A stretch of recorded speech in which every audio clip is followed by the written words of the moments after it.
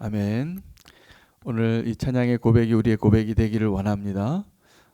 오늘 이 시편 148편을 노래했던 이 시편 기자는 자기 혼자 찬양하는 것으로 머물러 있을 수 없어서 저 높은 곳에, 자기가 도달할 수 없는 곳에 있는 그 존재들을 우리에게 보여주면서 그들에게 명령하고 있습니다. 감히 이 땅의 낮은 한 존재가 하늘과 하늘 위에 있는 천군과 천사에게 명령합니다. 찬양하라고. 오늘 저도 그 말씀을 그렇게 전했으면 좋겠습니다. 여러분, 하나님을 찬양하시기를 축복합니다. 우리가 함께 그 하나님을 찬양하길 원합니다. 하늘뿐만이 아니라 땅에 있는 모든 것들을 열거하면서 나와 상관없고 도달할 수 없는 그 모든 존재들을 향하여 하나님을 찬양하라라고 명령합니다. 이것은 명령이기도 하고 기도이기도 하고 하나님께 올려드려야 할 마땅한 우리의 고백이기도 합니다. 예수님께서 이 땅에 오실 때 찬양이 있었습니다. 너무 낮은 곳에 오셔서 그 예수님이 이 땅에 태어나셨을 때 그 성탄의 그 기사들을 보면 하늘에는 영광이요 땅에는 평화로다, 기쁨이 넘치기를 이렇게 찬양하라고 합니다. 예수님이 예루살렘 성에 입성할 때에도 사람들이 다 호산나를 외치고 하나님을, 이 예수님이시죠, 예수님을 찬양하고 환호를 외쳤습니다. 그때 예수님이 하신 말씀이 있습니다. 유대인들이 저들로 좀 잠잠하게 하라 라고 요구하니까 예수님이 뭐라고 말씀하셨냐면, 저들이 지금 잠잠하면 돌들로라도 찬양하게 하리라, 외치게 하리라. 오늘 이 시편 148편은 정확하게 예수님이 말씀하셨던 그 심정과 그 고백으로 찬양을 명령하고 있습니다. 하늘에 있는 저 높은 곳에, 여러분 2절을 보십시오. 그의 모든 천사여 찬양하며 모든 군대여 그를 찬양할지어다. 우리가 어떻게 감히 우리보다 훨씬 더 높은 곳에 있고 훨씬 더 많은 것을 알고 있고 더 탁월한 존재로 더 순결하고 온전한 존재, 여러분 세상에서 우리 착한 사람들, 이 세상에 사는 사람 같지 않을 때 표현하는 극상층의 칭찬이 있잖아요. 저 사람 천사 같다고. 우리는 죄악 같은데, 죄인 같은데 저 사람은 너무나 선한 거예요. 저 사람 너무 아름다운 거예요. 선하게 아름다운 거예요. 그럼 천사 같다 그래요. 우리의 표현에 있어서 내가 도달할 수 없는 어떤 최상의 아름다움, 최상의 선함, 이러한 존재들을 천사라고 말합니다. 그런데 그 천사가 누구를 돕는 자냐면 바로 저와 여러분을 돕는 자입니다. 그 천사가 정확하게 하나님의 예배를 돕는 자입니다. 그 천사가 이 영적인 전쟁을 싸우는 존재들입니다. 그래서 우리가 믿음으로 이 천사를 향하여 명령할 수 있는 것입니다. 오늘 시편 148편은 두 부분으로 나뉘어져서 한 부분은 하늘에 있는 존재들에게 명령합니다. 찬양하라고. 또한 후반부죠. 하반부의 두 번째 파트는 이 땅에 있는 모든 존재들을 나열하면서 명령합니다. 하나님을 찬양하라고. 어떻게 이런 일이 가능할까요? 오늘 저와 여러분이 기도하고 우리가 함께 나아가야 할 그 자리가 하늘을 향하여 찬양하라고 선포하고 땅에 있는 모든 것들을 향하여 선포하여 찬양하라고 고백할 수 있는 그 사람이 되기를 축복합니다. 오늘 이 하늘에 있는 것들을 향하여 찬양을 선포하기 위해서는 우리가 믿음의 눈으로 먼저 우리보다 앞서 믿음의 길을 갔던 그 선조들을 우리가 기억할 필요가 있습니다. 그 하늘에 있는 존재들, 그 존재들은 아마 아브라함이 그곳에 있을 겁니다. 모세가 그곳에 있고 다윗이 그곳에 있겠죠.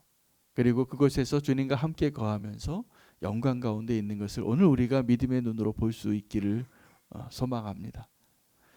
그 믿음의 선배들은 어떤 존재들이냐면, 우리는 지금 여전히 믿음의 길을 가고 있는데 나보다 먼저 그 길을 간 사람이 있다라는 사실입니다. 히브리서에 보면 그 믿음의 선배들이 있고 그 사람들은 우리보다 더 확실하게 보지도 못했는데, 증거도 보지 못했는데 약속만 믿고 그 길을 간 사람들이에요.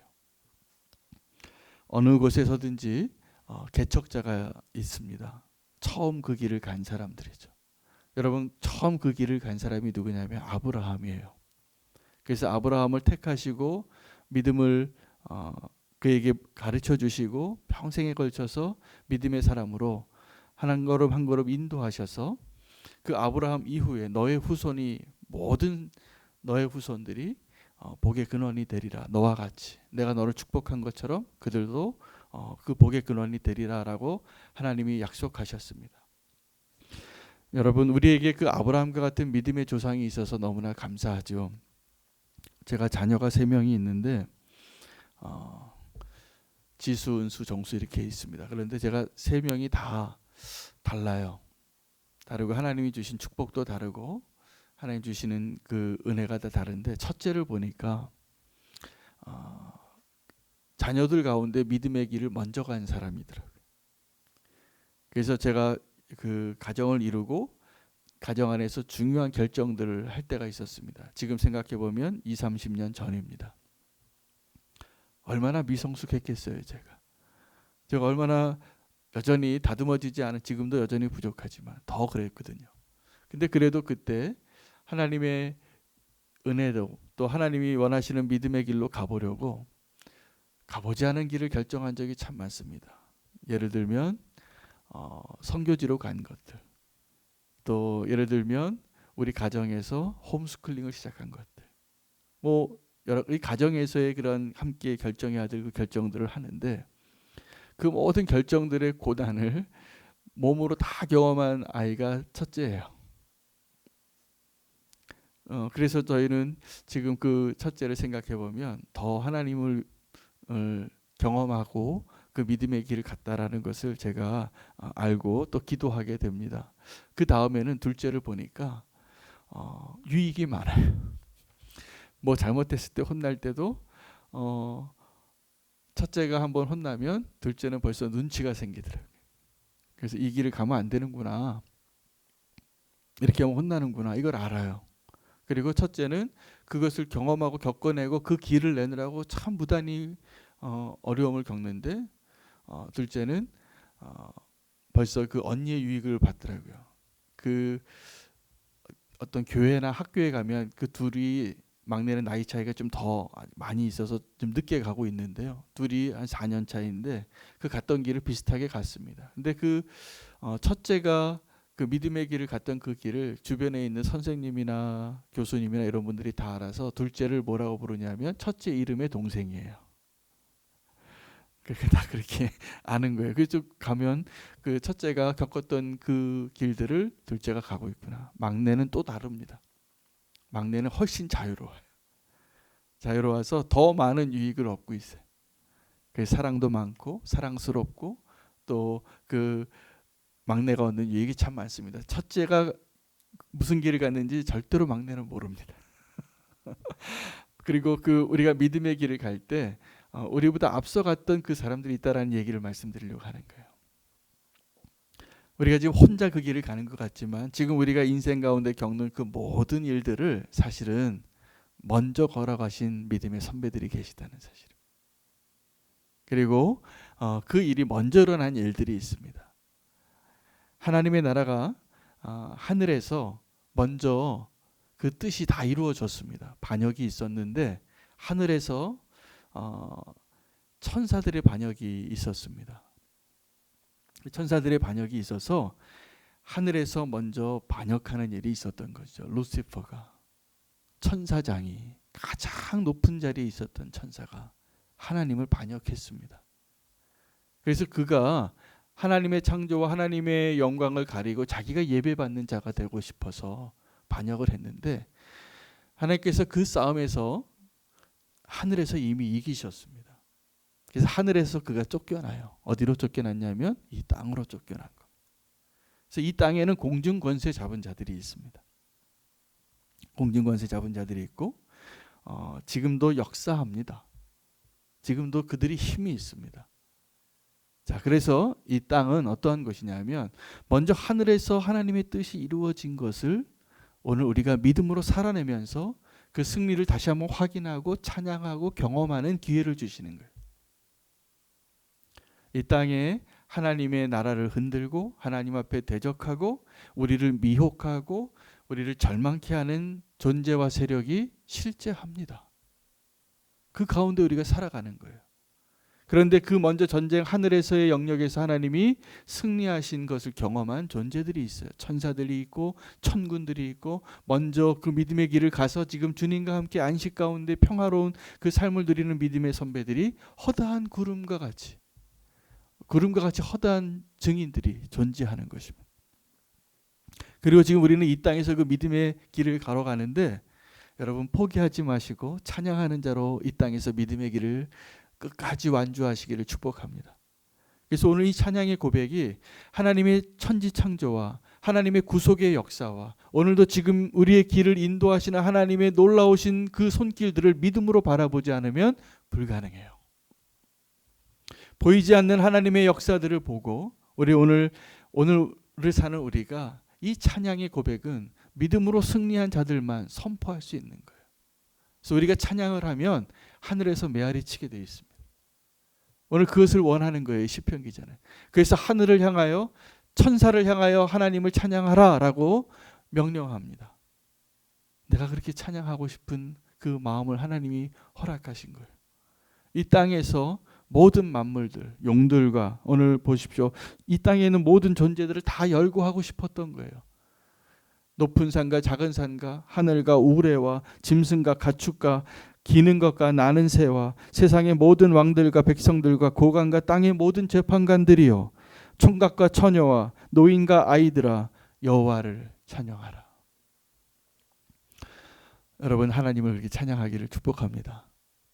하늘에 있는 모든 것들을 향하여 찬양하라라고 명령할 수 있는 이유는 그 하늘에 우리가 아직 도달할 수 없는 그곳에 먼저 도달한 믿음의 선배들이 있고 그 싸움을 먼저 겪어본 사람들이 있어서 오늘 우리가 이 싸움 가운데 있는 이 자리에서 우리가 그 찬양함으로 하나님을 인정하고 승리할 수 있는 힘을 얻게 될 것입니다.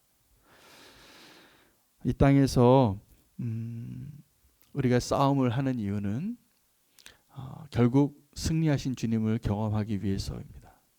그래서 그 믿음의 경주를 끝까지 잘 하시기를 축복합니다. 그것이 오늘 우리가 고백하는 찬양의 이유가 될 수 있기를 원합니다. 이 땅에서의 찬양은 전적으로 누구에게 달렸냐 하면 오늘 저와 여러분에게 달려 있습니다. 너무나 연약하죠. 나 하나 살아가기도 너무나 힘겹죠. 절망스러운 상황에 처한 분들이 꽤 많습니다. 정말 죽고 싶은 그 정도에 해당하는 절망 가운데 우겨쌈을 당한 분들이 많은데 그 상황 가운데에도 절대로 그 절망에 자기 자신을 내어주고 소망의 끈을 포기하는 일이 없기를 축복합니다. 찬양하십시오. 찬양하십시오. 하나님이 살아계시고 오늘 여러분 한번 생각해 보시죠. 지금 여러분이 어려움이 있을 때 그 어려움이 욥의 고난보다 더 힘겹습니까? 욥은 성경의 인물 가운데 하나님을 경외했던 자가 겪어야 했을 그 가장 큰 고난을 정말 하나님이 허락하셔서 사단이 마음껏 그를 시험했던 자이죠. 그가 그 질문 가운데 고난의 문제는 우리가 다 이해할 수 없는 겁니다. 그 욥이 고난에 빠졌죠. 아주 욥기 그 전반부에 그가 모든 것을 잃고 자식을 잃고 아내도 떠나는 그 자리에서 그래도 하나님을 부인하지 않으니까 그 아내가 한 말이 있습니다. 뭐라고 얘기했냐면 차라리 하나님을 저주하고 죽으라. 이렇게 고통스러운데 뭘 찬양하겠다고 하고 뭘 하나님을 끝까지 믿겠다고 그 하나님이 어떤 하나님이길래 당신 이렇게 고통스럽고 망한 존재가 뭘 하나님을 찬양하고 있냐. 여러분 그 욥의 아내가 했던 그 말이죠. 차라리 하나님을 저주하고 죽으라. 이 표현이 우리나라의 성경의 번역으로는 하나님을 찬양하고 하나님을 저주하고 죽으라라고 이렇게 번역이 되었지만 또 다른 해석은 이렇게 가능합니다. 하나님을 찬양하고 죽으라. 이 아내가 이게 더 저주예요. 차라리 인간적인 말로는 차라리 하나님을 저주하고 죽으라. 이렇게 말하는 게 그 지금 욥의 아내가 했을 법한 표현이지만 실제로는 이렇게 말했다는 거예요. 그래, 하나님을 찬양하고 죽으라. 그 말을 듣는 것이 비아냥 같고 더 마음을 무너뜨리는 이야기인 것이죠. 그러나 욥은 끝까지 질문 가운데 있고 의문 가운데 있고 혼돈 가운데 있고 자기 친구들이 와서 정답을 얘기하는 고통을 한 번 더 겪게 되지만 그는 끝까지 하나님을 포기하지 않습니다. 질문이 있었을 뿐입니다. 오늘 우리의 삶 가운데 하나님을 찬양하는 자로 고백하고 명령하고 찬양하는 입술로 오늘 하루를 사실 수 있게 되기를 축복합니다. 그리고 명령하세요. 하늘을 향하여 하나님을 찬양하라고. 이 땅에 있는 모든 것들아 하나님을 찬양하라. 여러분, 우리의 그 찬양을 명령하는 그 고백이 사실은 내 안에서 하나님이 일하신 증거이기도 합니다. 왜 찬양을 하겠어요? 이렇게 힘겨운데 하나님이 내 안에 역사하시고 살아계심을 내가 경험했기 때문입니다. 오늘 눈에 보이지 아니하는 하나님의 증거들이 우리의 찬양의 이유가 되기를 소망합니다. 저 하늘에 있는 것들을 향하여, 존재들을 향하여, 하늘에서 이미 이루어졌던 것들, 우리 눈에 지금 보이지 않지만 믿음으로 말씀에 그렇게 기록이 되어 있으니 믿음으로 찬양하게 되어지기를 축복합니다. 또 이 땅에서 지금 우리의 삶의 문제들, 고난과 질병과 아픔과 좌절과 여러 가지 어려움이 있습니다. 다 다른 어려움들입니다. 그러나 그것들이 저와 여러분의 찬양을 막지 못하게 하십시오. 그리고 그것이 정말 우리의 유일한 소망이 되기를 원합니다. 하나님을 찬양할 때 하나님께서 우리와 함께 하십니다. 하나님 우리와 함께 하신 증거가 우리가 찬양하는 자로 지금 서 있다는 사실입니다. 예배는 하나님께 감사하고 하나님께 찬양하는 자리입니다. 오늘도 우리가 기도의 제목을 가지고 나왔지만 하나님 앞에 찬양하는 자가 되기를 축복합니다. 그 찬양을 하나님께 올려드리는 시간, 이제 남은 예배 자리에 그 자리에서 하나님을 그렇게 찬양하시기를 축복합니다. 오늘 말씀을 붙잡고 우리가 올려드릴 수 있는 가장 아름다운 찬양을 주님 앞에 올려드리기를 원합니다. 어찌 보면 순종이 가장 아름다운 찬양일 겁니다. 하나님 뜻에 순종하기를 원하고 또 하나님 우리에게 행하신 일들을 발견하는 그 놀라운 축복 가운데 나가기를 원합니다. 오늘 시편 148편 한 절 한 절을 고백하면서 우리가 그 동일한 찬양의 고백들이 오늘 이 자리에 올려질 수 있도록 주의 이름 부르고 함께 기도하시겠습니다. 주여